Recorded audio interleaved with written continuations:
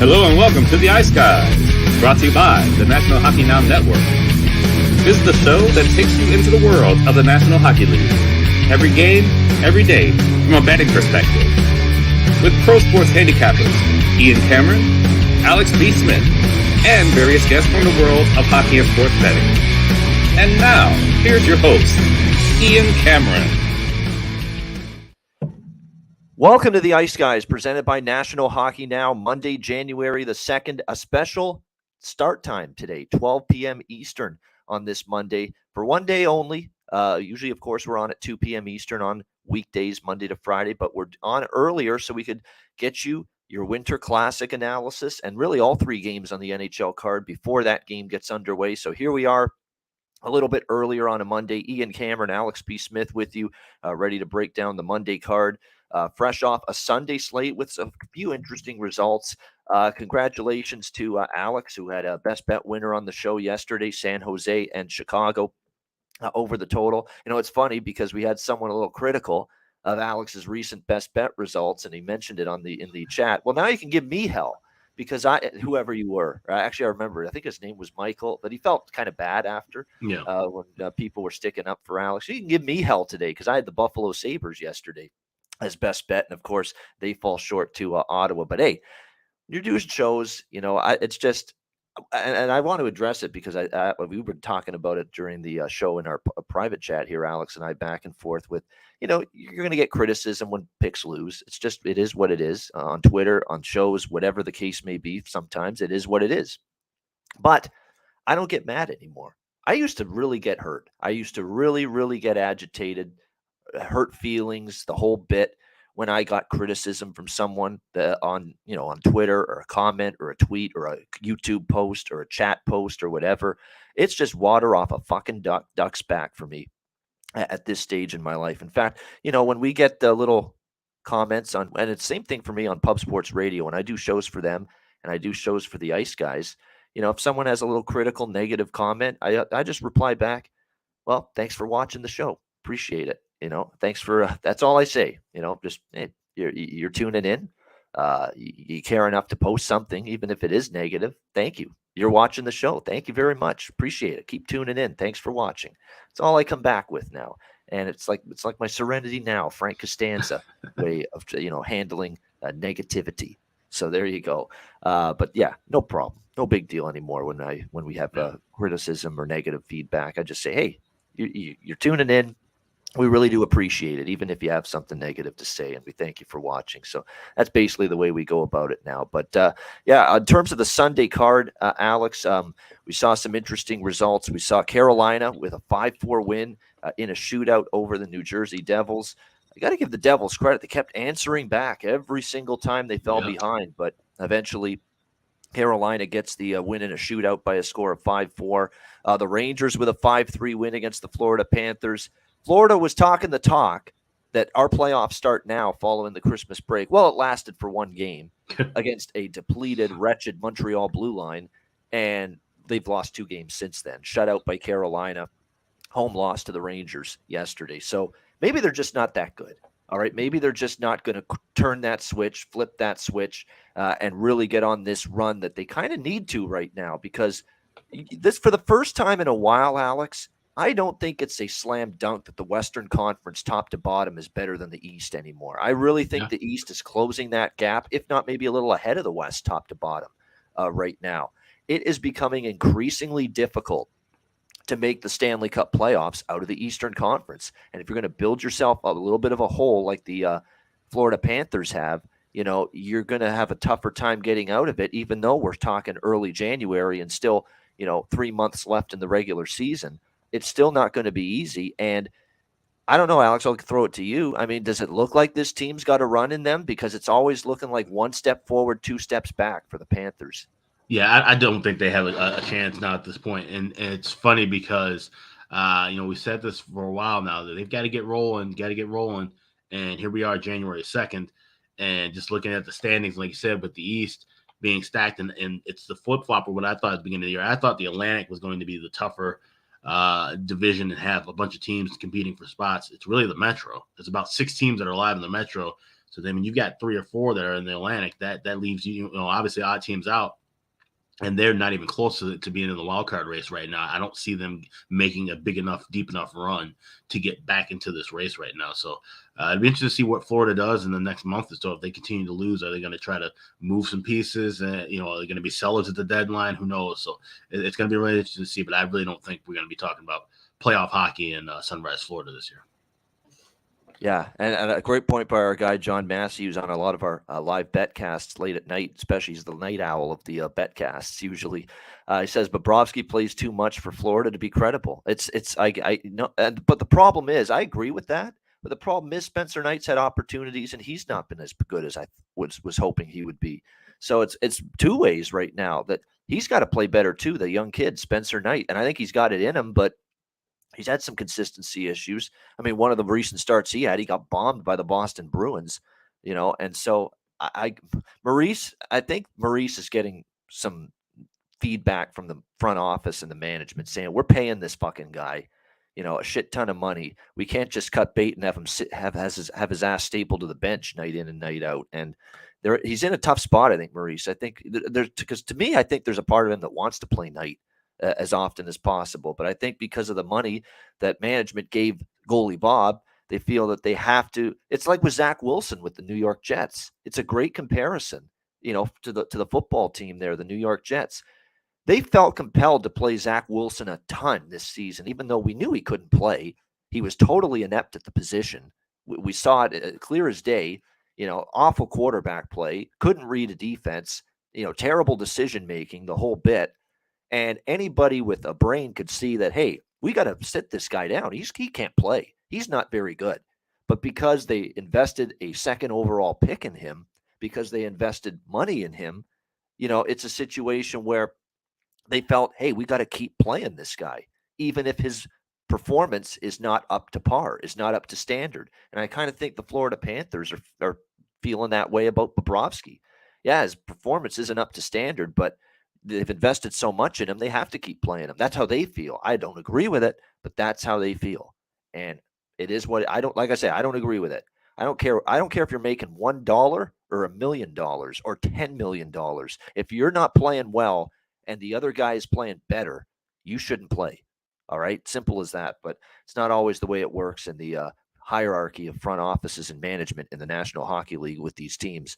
The other games, we saw San Jose 5-2 over Chicago. Took a while for the Peter Mrazek to show his usual form, but and it came barreling down on him. 5 goals, all pretty much the second half of that hockey game, and a 5-2 win for the San Jose Sharks. Ottawa, a 3-1 win against Buffalo. Pretty solid performance from the Senators and Forsberg in net, but it wasn't Buffalo's best.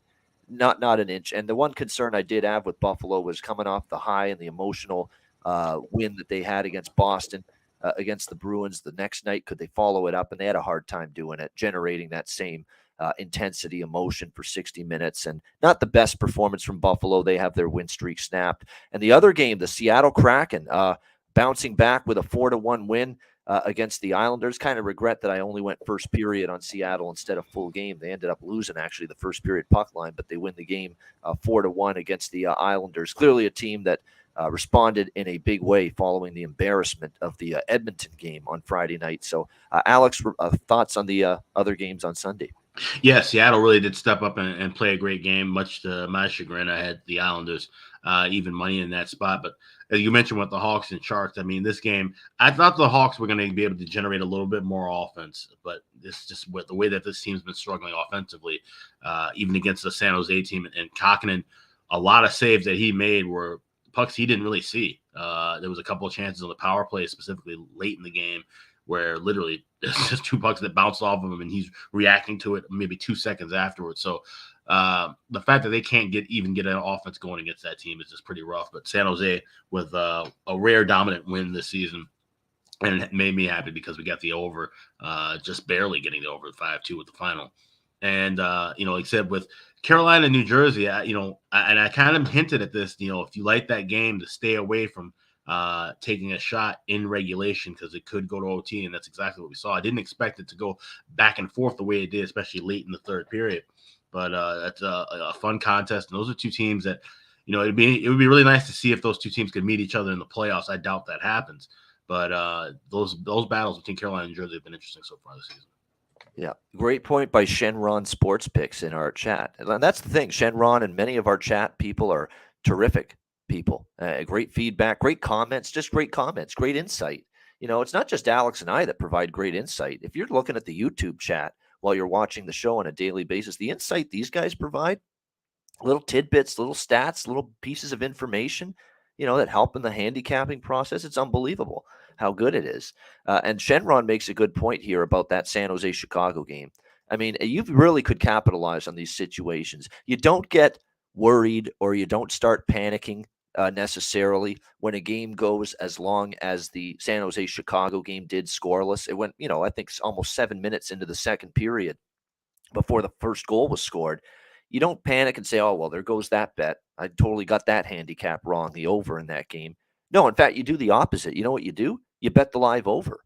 That's what you do. Because especially when you know that you've got issues defensively with both of those teams and mediocre goaltending, you figure that, yeah, I got into the second period scoreless, but are these two guys really going to pitch a 1-0, 2-1 type of game, really, when it's all said and done? And if you did that, you absolutely could have capitalized on live overs in that San Jose Chicago game. You could have gotten over 3.5 when it was scoreless. It was getting to that point. 4.5, certainly.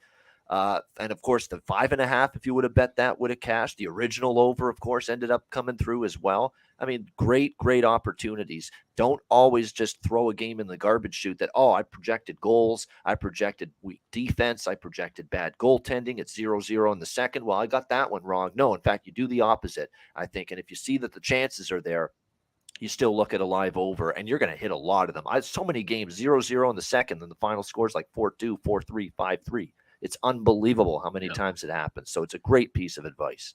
Yeah, definitely. And that's the thing too, when looking at games live, you know, you're watching for pace and tempo, you're watching for chances. You're not just following the score blindly. And that, you know, I've written a primer about how to bet live on a couple sites. I've written it on the Patreon page. You know, there's things that, you know, that was a classic game of you have to kind of watch and pay attention to what's going on and reading between the lines. And I had people message me about, you know, should I go with over 5.5, going over 5 at a plus price? And I said, yes, keep hammering this. If I hadn't I already played it the day before, and, you know, I did grab a little bit of 5.5 live, but if I hadn't, you know, bet this game beforehand, or I bet a day up, I would have been hammering 5.5, 5, 4.5. You know, and that's not something I do all the time. I like to just jump in and grab one single number, but, you know, you could take a unit and split it up in the pieces. And when you're seeing that, okay, the well's about to burst at some point, but you can, you know, kind of stack up a little bit. We've done it on the live betcast as well. So that's definitely one of those classic games where you can use that kind of methodology and capitalize and make some money.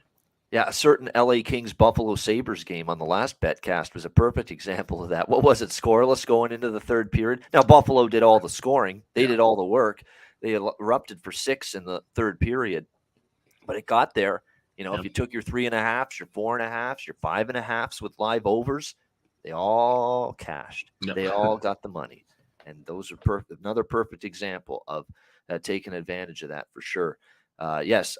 By the way, I do want to mention this. I mean, this is not really a World Junior Hockey Championship show, but we are getting to this is the portion of the tournament that's worth watching. I'm in and out of watching the preliminary round. So much of it is just meaningless because now you don't even get the bye into the second round of the elimination round for winning your pool anymore in the World Juniors. Everyone has to play a quarterfinal now, even if you finish first in your pool. So that really devalues the importance of the preliminary round even more. But now today, the elimination round, the medal round, as they call it, starts with the quarterfinals. There's 4 of them today. It's a great sports Monday.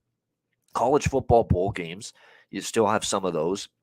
You have the Winter Classic and a couple NHL games at night. You got the World Junior quarterfinals. You got a great Monday night NFL game, Bills and Bengals. It's really a nice Monday here in the sports world. Plus, you got your regular NBA college hoop slates as well. So a great Monday. But, you know, all of a sudden everybody plays in the quarterfinals, but today is when it matters. The medal round starts. But we have to talk a little bit about Connor Bedard, okay, and what he is doing, because it is ridiculous. He has doubled basically in points, more than doubled every other player in this tournament in terms of points scored. Doubled them. Everybody. I mean, that's just crazy what he's doing. He's likely going to shatter Eric Lindros's record for all-time points in a World Junior Hockey Championship playing for any country, but he was playing, of course, for Canada as well in the early 90s. It is just remarkable what Connor Bedard is doing. You talk about the total package, what he's doing. He can see the ice extremely well. He's an unbelievable passer. His release is, you talk about some of the best releases in hockey. Matthews has an incredible release. We're seeing Tage Thompson can do a lot of big things with the puck. Ovechkin, of course. Put his release right up there, I think, when he gets to the NHL level. I mean, it's just unbelievable. He can just put the puck in a thimble is what he can do with that shot. Put it right under the bar, right under the goalie's. One of the goals he scored was up over the goalie's shoulder between his ear and the post. It was like, and that's the only bit of room he had. And somehow, goddamn it, he found it. I mean, it was just unbelievable how he was able to do that. And he goes to the front of the net. He is willing to pay the price, go to the blue paint, go to the crease area, and score goals that way. So he's got that little competitive fire in him. And that little, if I get whacked a little bit, if I get hit, knocked down, cross-checked, slashed, whatever, I'll handle it. I'm still going to go to that spot in the ice and try to score goals the old greasy way, the old-fashioned way, in front, look for loose change. I mean, that is what I'm seeing clear as day with Bedard in this tournament, is that I don't know if there's a thing he can't do right now. And you talk about tank for Bedard going on with some of these awful teams in the NHL. I mean, I'm not going to say they're going to watch this tournament and say, we really have to start tanking for Bedard now. We were thinking about it before. Now we will. But, man, it's like these teams are just, looking at this kid and saying, man, what a potential to get a fast track to the reboot of our franchise going if we can land this kid. Yeah, absolutely. And the thing is, I mean, now him getting in the front of the net, I don't know if we're going to see that once he gets to the pro level. I mean, at 5'9", and he's clearly strong for his size, but that's something that'll probably change. But he'll have to put on weight and size, no doubt, like any kid. Yep. Right. But his style is adaptable in today's NHL, and I think he will definitely thrive. And like I said, there's teams who may have been on the fence of whether they want to compete now or tank that are probably tanking now. They're probably thinking about it. So it's now a race toward the bottom more than it is to the top probably in this league. And of course, as time goes on, teams continue to lose. We'll see that separation more and more. So it really does affect the betting aspect in a way, because when we get down to post All-Star break into March and the end of April, we're going to see these astronomically high favorite prices. Kind of what we saw maybe a few years ago. Going back with Jack Eichel, going back with Connor McDavid. If you remember, those regular seasons before those guys were drafted. Or you see Edmonton, Buffalo, and those teams, plus 300, 400, 500 underdogs every other night, because you knew they weren't trying to win games at that point. So this does really affect the betting market in some way, not so much now, but coming up toward the end of the season. Yeah, no doubt. It's been fun to watch. He's and someone's going to get obviously a hell of a player, and I think it's safe to say he's probably going to have a very good NHL career at this point. But yeah, unbelievable stuff. And let's get bedarded. They are getting bedarded in the World Junior Hockey Championship with that Canadian team. All right, Monday's card, and we are going to start, of course, with the featured matchup on this card. This will be nationally televised, both sides of the border, Sportsnet in Canada, TNT in the United States. Pittsburgh Penguins, Boston Bruins, a.k.a. the Winter Classic, Fenway Park in Boston. We've got Boston minus 175 favorites here. Home favorites, because it is technically home game for the Bruins still. 6 the total in this game. Let's start with the weather, because that's always important when you're going to bet the Winter Classic. Very balmy conditions for January the 2nd. They're calling for sunshine. They're calling for 50 degrees Fahrenheit at opening face-off. It looks like the wind is going to be very light, and so it's going to be warm. And when you're talking 50 degrees Fahrenheit, you're talking quite a bit above freezing. So it leaves you to wonder, what are the ice conditions going to be like? And there is some mild concern about the condition of the ice for the game, especially if the sun stays out in the open and is out from behind the clouds. If that's going to be the case, there might be some stoppages to, make sure you let the sun pass by, and there could be some sun delays We always hear rain delays in baseball and certainly lightning delays in football.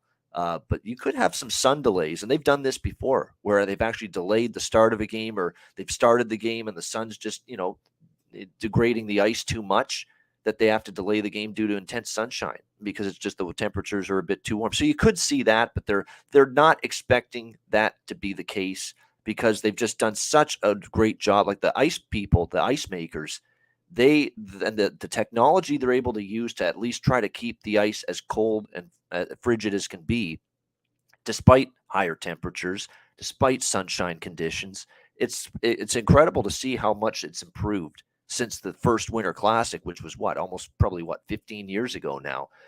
So the ability to keep the ice in proper condition, has the ability to do that has improved significantly. So they're still hoping for good conditions, and they won't have any delays. We'll see, but certainly from a fan's perspective, if you're going to Fenway Park, definitely it's going to be a situation where you're going to be feeling great. It's not going to be you're freezing your butt off sitting there in the left field bleachers at Fenway Park. You're watching this game. It's certainly going to be comfortable for the fans. John's got a good point with this. If the sun's out, you're right. Glare, visibility for the players is always an issue.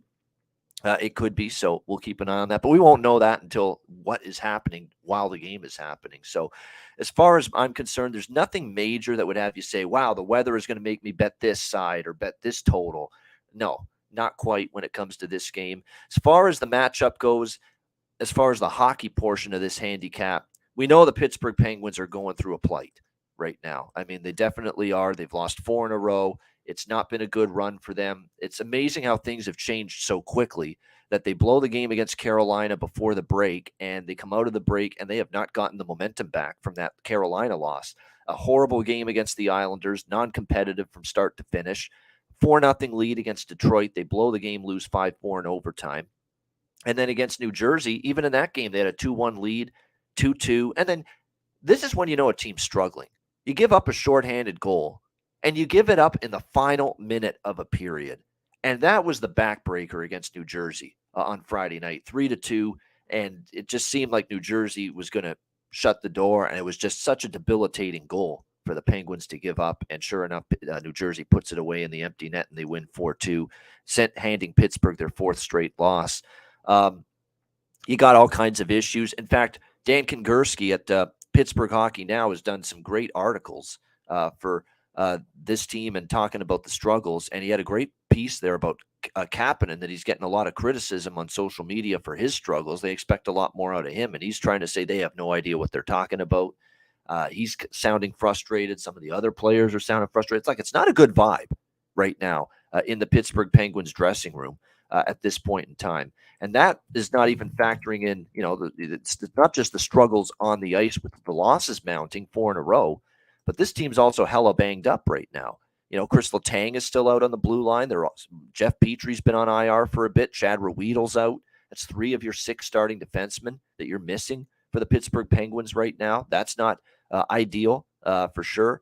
And again, you're talking about a team that struggled mightily with their defensive play in recent games. And I think it coincides with who they're missing on the blue line right now.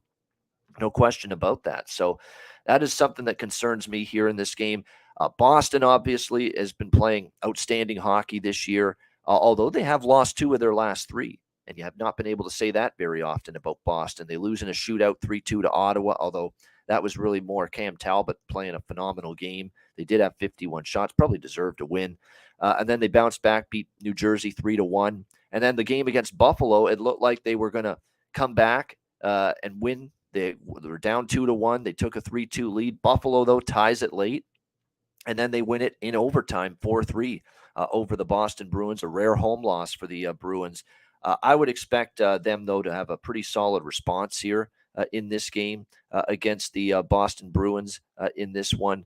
I like Boston. I think if I were to bet something, like I don't love the game either way, side or total, but I think if I were to bet something here, it's probably Boston first period puck line. I do have my eye on that. You can get it right now at -0.5 at plus. It's a pretty good price actually that you can get. Yeah, plus 145 or so with the Bruins first period puck line. I think that's a good bet. because even in the Buffalo loss on Saturday, they were up 1-0 after the first period of that game, the Bruins. And then things kind of got away from them. Buffalo got back into the game. So I think in the first period, Boston does find the back of the net. Tristan Jarry, by the way, in net for Pittsburgh, and it's Linus Ullmark for the Boston Bruins, who continue. Look, he's got to be a Vezina Trophy candidate right now. He simply has to be. He has been excellent. 21-2. That's his record. 21-2. So 20 wins and 3 losses overall. 1 regulation loss this season for Linus Ullmark in net. 1.9 goals against average, 938 save percentage. The results have been absolutely extraordinary. It is worth noting one of his worst performances of the year did come against Pittsburgh, though. He gave up 5 goals on November 1st against this team. That was a long time ago, though. He has been just ridiculously good. They've been winning consistently with Ullmark in net. In fact, the Bruins are on a 7-1 run in his last 8 starts. So I think he can shut the door probably pretty good. And if you actually look at a lot of these Ullmark games, many of them have trended under. A lot of them, the opposing team has scored 3 goals or less. It's just so the total's tough. I don't love betting overs with Ullmark in net. But at the same time, some of those games have gone over because Boston's exploded on the scoreboard. Outdoor conditions, I'm not totally sure that's going to happen. But at the same time, Pittsburgh's defense has not been good lately. We've talked about how they've given up goals. So to me, this would be Boston -0.5 plus 145 first period puck line. And the other bet I'd consider pregame, maybe a Bruin team total over 3.5. Take the Pittsburgh side of the equation out of it, just because, you don't know what you're going to get from them. They're a bit of a fragile bunch right now. Ullmark's been great in net. So it's probably I would like that a little bit as well. Maybe a smaller piece of the team total on Boston over 3.5. But I like that first period. I do. I think -0.5 plus 145 feed off the crowd energy at Fenway Park early in the game. I think Bruins first period puck line. I like the look of that in this game. Alex, what do you think here? Penguins, Bruins, Winter Classic. Yeah, I was just looking back, and I was doing it yesterday too at some of the outdoor games over the years. And yeah, for the most part, we've seen, just kind of a bit of balance where, we've seen a lot of unders, but recently you've seen a ton of overs. Somebody mentioned in the chat 1-11 to the under, and specifically Winter Classics. But when you add the Stadium Series and some of the other outdoor games, 3 of the last 4, like I said, have sailed over the total. And one of the things that I really point out, that really stick out to me rather, is when you mentioned about the glare of the sun. And it makes me think about the last Bruins outdoor game. Remember, they played Philadelphia in Lake Tahoe, which the first game was an absolute disaster. They had the whole 10-hour delay with Colorado and Vegas. But in the Philly-Boston game, they played it around sunset, and the glare caused about 5 goals in that first period. So that's something that I think might be really, to something to key in on. I like this over here. Both of these teams, especially when you look at the core players, the Crosbys, the Malkins, the guys for Boston, they've played in these outdoor games before. They have history. So this is not for unfamiliar territory. You guys won't be starstruck by being in this venue. Boston, already played a Winter Classic game in Fenway Park before. So I think that makes a huge difference. They'll be settled in. I would like this game over if it was played indoors at either arena. So looking at it, minus $1.15. Like I said, the ice conditions, from what we heard yesterday, weren't bad during the formal practices. And today might be a little different because the sun is out, but I think that's going to help more or hinder the goalies and help the offenses a little bit more. So I'm taking a shot here with over 6 minus $1.15.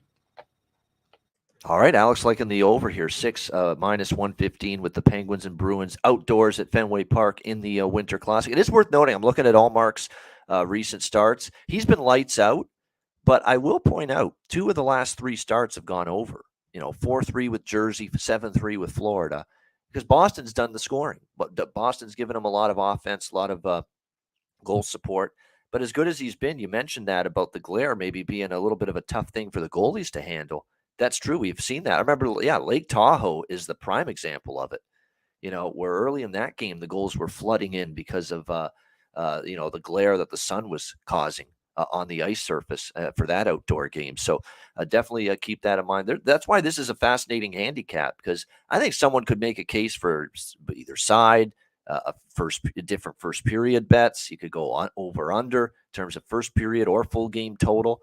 And you could really go a bunch of different ways here. As far as props go, I'm not going to load up on props in this particular game because never totally sure what you're going to see in terms of the offensive side of it. But I will say this from a Pittsburgh standpoint that since he's been back from injury, Jason Zucker's starting to play a little bit better.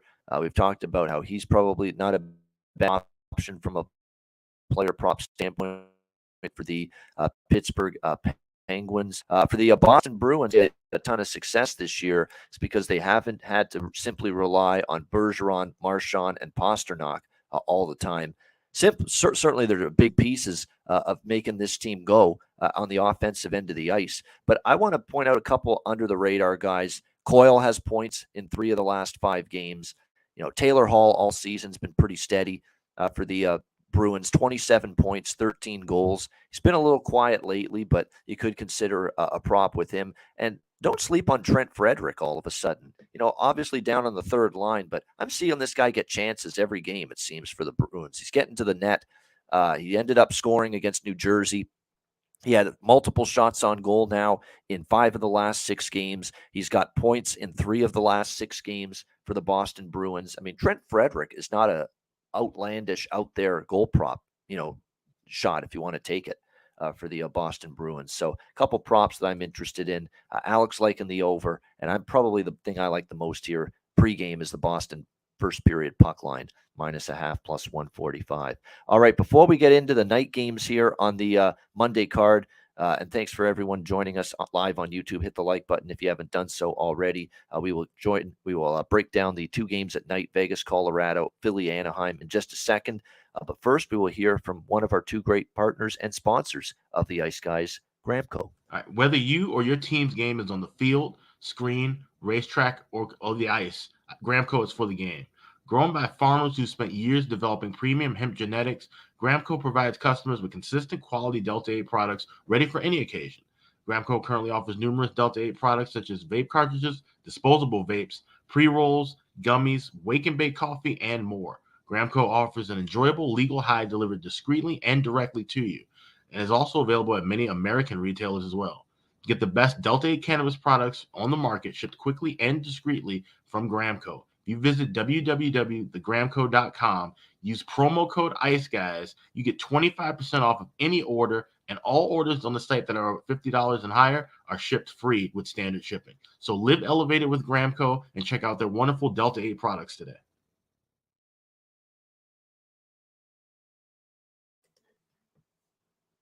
All right, we are back here on the Ice Guys show, and we're ready to continue along. Next up, we've got Vegas and Colorado. Colorado -170, home favorites, 6 the total in this game. Again, there's only 3 games on the card, of course, 2 after the Winter Classic, both of them tonight.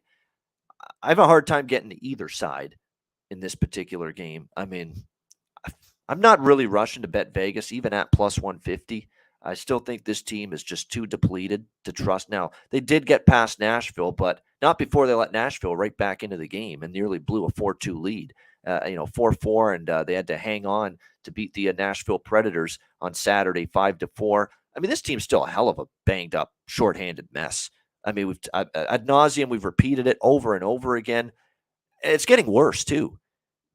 They already had 3 starting defensemen out: White Cloud, Theodore, and Martinez. Well, Miramonov has played very well, this young kid, the last few games in net for the Vegas, or not in net, on the blue line for the Vegas Golden Knights. He's now on the injured list, and he's now out for the Golden Knights tonight as well.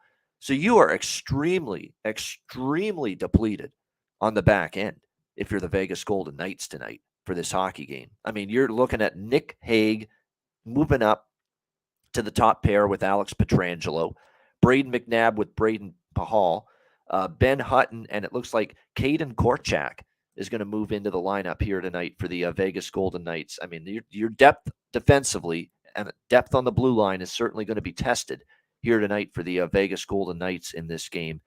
Now you got to play this Colorado team that, look, just got Nathan McKinnon back, although it didn't provide the spark. It did not provide the bump that they were hoping it would against the Toronto Maple Leafs the other night, as Toronto played a hell of a game.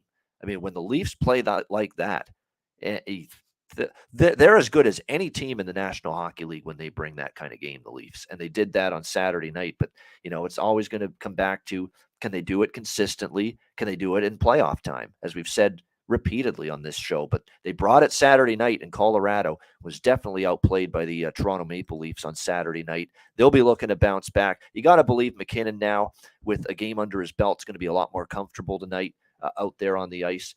No question about that. And yes, I'm pivoting on the under. That's a great point by Grinch. Under for the Avs at home has been ringing off, but those unders are wearing off for Colorado. Remember, they were on that great under surge without McKinnon. It was 9 straight games had gone under. Well, now 3 straight have gone over for the Colorado Avalanche. The Arizona game, the LA game, the Toronto game. They lost all 3, and all 3 went over the total. And I think they're going to continue to be an over team, especially giving up goals to the opponent, because it's going to be they're going to be involved in this kind of game tonight. Not so much their own defense, but Vegas. I think Vegas is very vulnerable defensively right now, with 4 of their top 6 defensemen are out essentially right now. And that's not even talking about Jack Eichel still on IR, Paul Cotter on IR. It looks like there's another, is Marchessault? Yeah, Marchessault still on IR for the Vegas Golden Knights. So this to me feels like Colorado. It's a perfect bounce back spot, but I'm not ready to lay minus 170 with a team that's lost 3 in a row either. So where do I go then? I don't want Vegas. They're too banged up. I don't trust them here on the road against an angry, ornery Colorado team that better start winning, because all of a sudden their standing in the playoffs is, a little bit on shaky ground, shaky foundation all of a sudden. So they need to turn it around. I think you're going to get a good effort from them. The first period puck line, I think, is not a bad look potentially on Colorado. At least that way you're going to get a better price and a better number. You could get -0.5 plus 150 with that. I think that team total is probably something that I like the most. I haven't bet it yet, but definitely have my eyes on a Colorado Avalanche team total over 3.5 in this game. I think this is a prime opportunity for them to find the back of the net. Keep in mind, they did score 4 against the LA Kings when they lost a couple nights ago, held down to just 2 goals in the loss against Toronto. But you look at just how ravaged Vegas is on defense with the blue line, and you look at Vegas giving up 4 to Nashville on Saturday, 4 to LA, 4 to St. Louis. You catch my drift. 4 to LA. They gave up 4 to Nashville, 3 to Anaheim, 4 to LA, 4 to St. Louis. I mean, they're suddenly giving up goals, and I think it might get worse before it gets better, because you're already without Theodore, already without Whitecloud, already without Alec Martinez, who, by the way, is one of the leading shot blockers in the National Hockey League. He's always right up there in terms of the defenseman that has blocked the most shots. So you talk about a defensive loss. That is a huge, gaping defensive loss for the Vegas Golden Knights, not having Alec Martinez and that road grader that he is, blocking shots left and right. And now, of course, this Miramonov kid who's played so impressively well since he's been called up. And now you got him injured, Daniil Miramonov. So it's getting worse for the Vegas blue line. Lean Colorado first period puck line, as well as team total over 3.5. I think those are better than looking at money line here.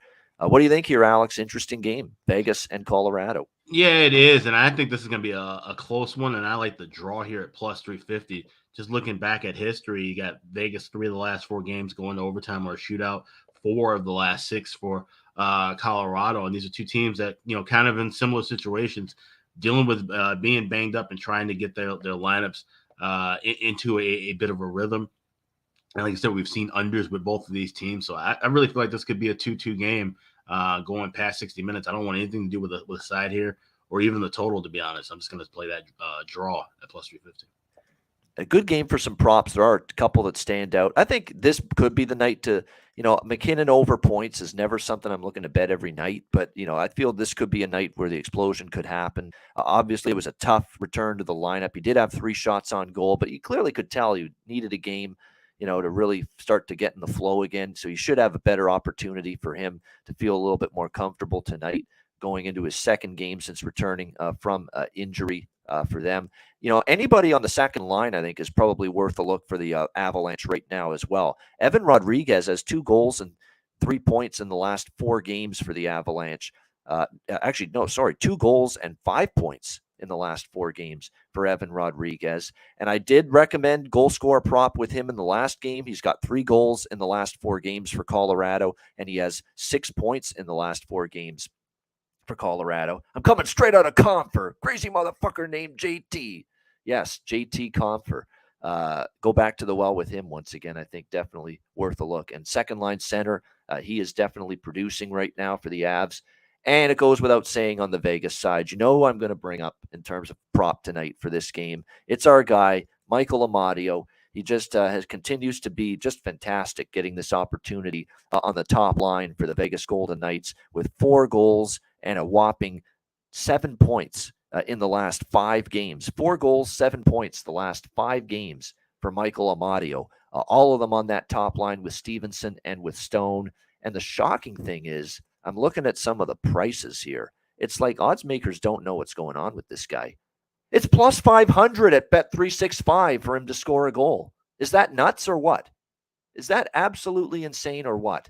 And I feel bad there's so many of our great viewers and listeners, they can't access Bet365. It's only in New Jersey. It's only in Ontario, or in Canada, I should say.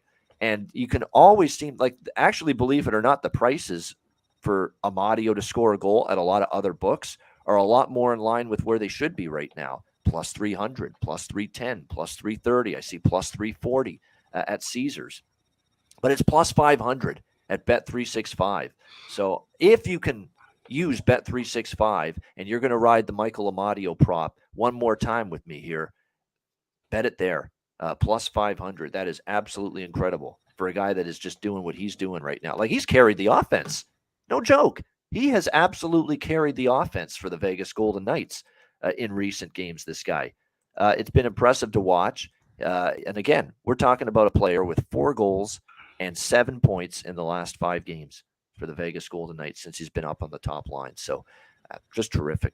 Terrific bet, especially at plus 500. All right, final game of this Monday card, Philadelphia Flyers, Anaheim Ducks. We've got Philly minus 120. Road favorites here, 6 the total, pretty much across the board. I like the over here. That's pretty of the side and total of any of these 3 games today. This is probably the one I like the most. I think you're probably going to see this game get up and over. I mean, the Philadelphia Flyers have found something offensively, and they've gone 5-0-1 to the over in their last 6 games. And the reason for it is they've started to get their offense cranked up. 3-5-3-5-4 and 4 goals scored by the Philadelphia Flyers in their last 6 games. I mean, they have definitely found a little offensive continuity. The goals are starting to go in for this hockey team, and their hard work is starting to pay off. And I think what's great to see is Scott Laughton stepping up. Owen Tippett is stepping up. They think that Noah Cates can give them a lot of good offense in time, and he's starting to produce for the Flyers as well. Those are all good prop options, in my opinion, for this game. Morgan Frost is knocking on the door of finally taking his game up a few levels. He has scored 3 goals and 4 points in the last 6 games for the Philadelphia Flyers. And look, I've been railing on Morgan Frost being on the number 1 center spot for this team, saying that guy can't be on a number 1 center spot right now for this team. He ain't ready. Well, he definitely wasn't initially, and he was struggling, but he's starting to show some light at the end of the tunnel for him. He's playing better the last 6 games or so, starting to produce, playing with JVR and Tippett on the top line. Cates, Farabee, and of course Travis Konechny, TK, as they call him in Philly. He's had a terrific season start to finish, so he's always a threat. But you got basically their entire top 6 is starting to play well offensively, and that's been the difference for Philadelphia here in the last 6 games. And that's why all of a sudden they've started to trend a little bit over the total, because their offense is starting to roll. It's not like it should be too much of a ask for Philadelphia to find the back of the net tonight against this Anaheim Ducks team.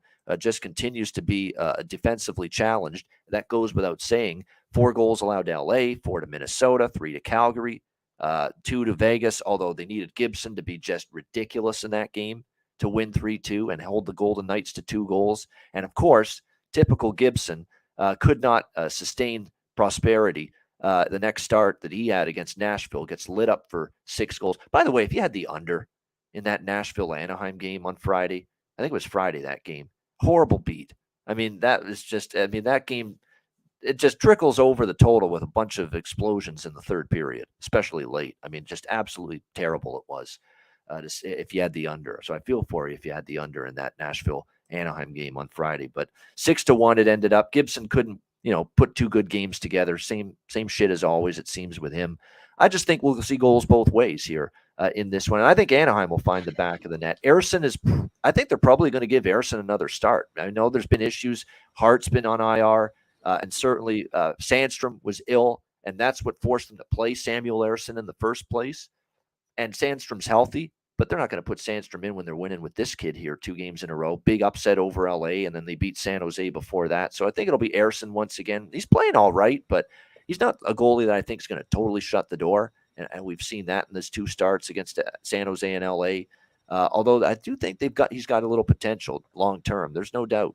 He's had some nice moments here for the Flyers, but I don't think he's going to shut down Anaheim.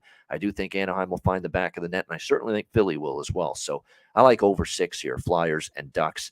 Alex, what do you think here, Philadelphia, Anaheim? Yeah, this is one I'll probably wait and jump in and grab a live over. I don't think we're going to have any problem grabbing a 5.5, maybe even a 5.5 at a plus price. And like I said, it just feels like this could be a back and forth game, but Anaheim's offensive woes just kind of scare me a little bit. I want to see what kind of pace and tempo they have, like I said, against Ersson.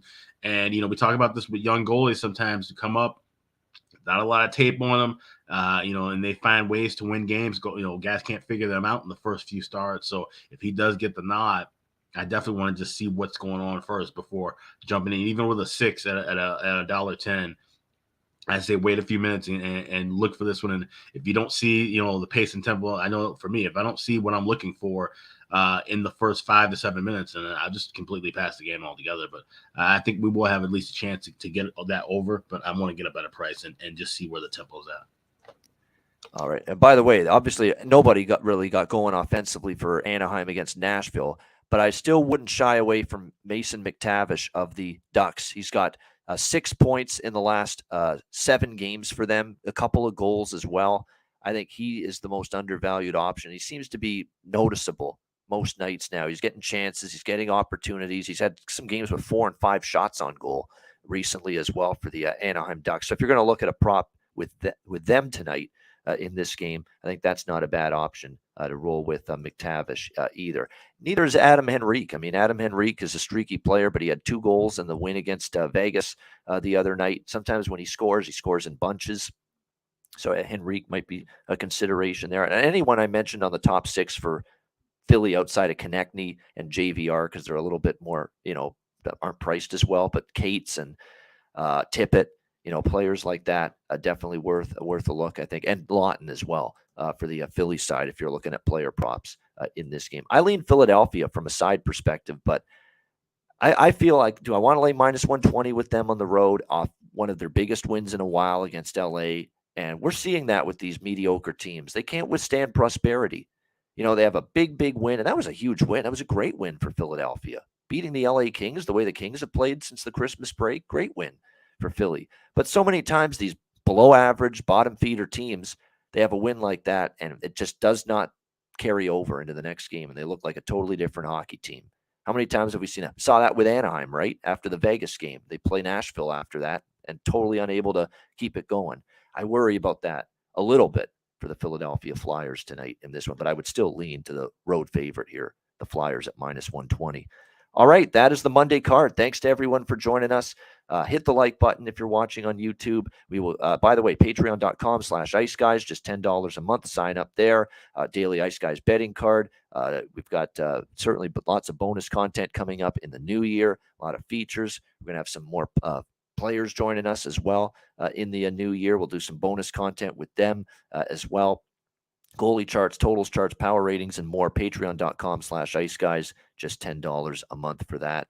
And by the way, we'll get to best bets to wrap up the show in just a second. But first, we'll hear from Manscaped. Support for the Ice Guys is brought to you by Manscaped, our good friends at Manscaped, who are the best in men's below-the-waist grooming. Their products are precision-engineered tools for your family jewels. Manscaped's Performance Package, the ultimate men's hygiene bundle. Join over 7 million men worldwide who trust Manscaped with this exclusive offer for you, courtesy of the Ice Guys.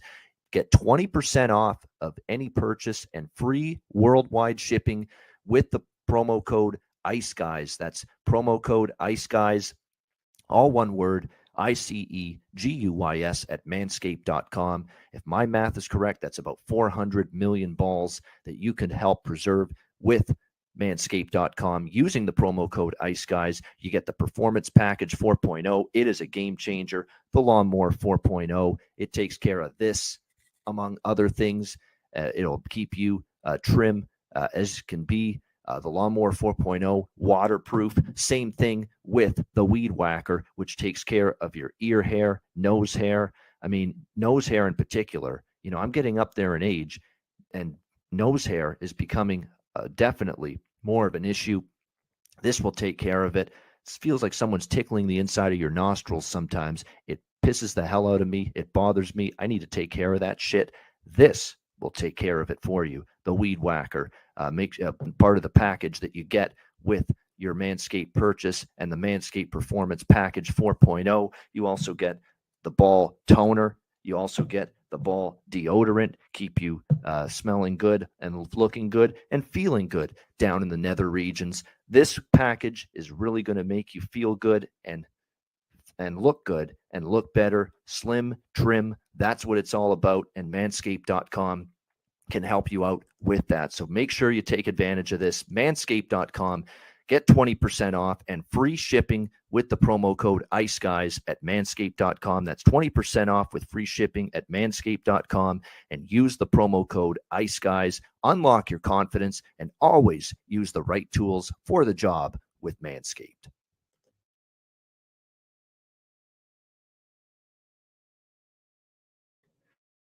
All right, we are back here on the Ice Guys Show and ready to wrap things up with Best Bet for this mini 3-game card, although highlighted by what should be a fun Winter Classic this afternoon at Fenway Park with the Penguins and Bruins. Alex, what do you got for an encore after a Best Bet winner yesterday? What do you got for today? Yeah, we're going to head out to Denver. We're going to go with the Vegas Golden Knights, Colorado Avalanche. I like that draw. You can get that plus 350 to plus 355. Shop around, try to get the best number. Colorado, 4 of the last 6 games have gone to overtime. Vegas, 3 of the last 4. Two teams that are still kind of beat up, trying to get their rhythm going, and I think it's going to be a tight contest. I don't think we're going to see too much scoring, but I think it's going to be pretty balanced, and it's going to take longer than 60 minutes to find who's going to win this game. So let's go VGK and Avs. Regulation draw plus 350 is my best bet for Monday. All right, there it is. Vegas, Colorado, draw plus 350. Best bet for Alex B. Smith on this Monday slate. My best bet for this card, I'm just going to go with Philadelphia, Anaheim over 6, minus 110.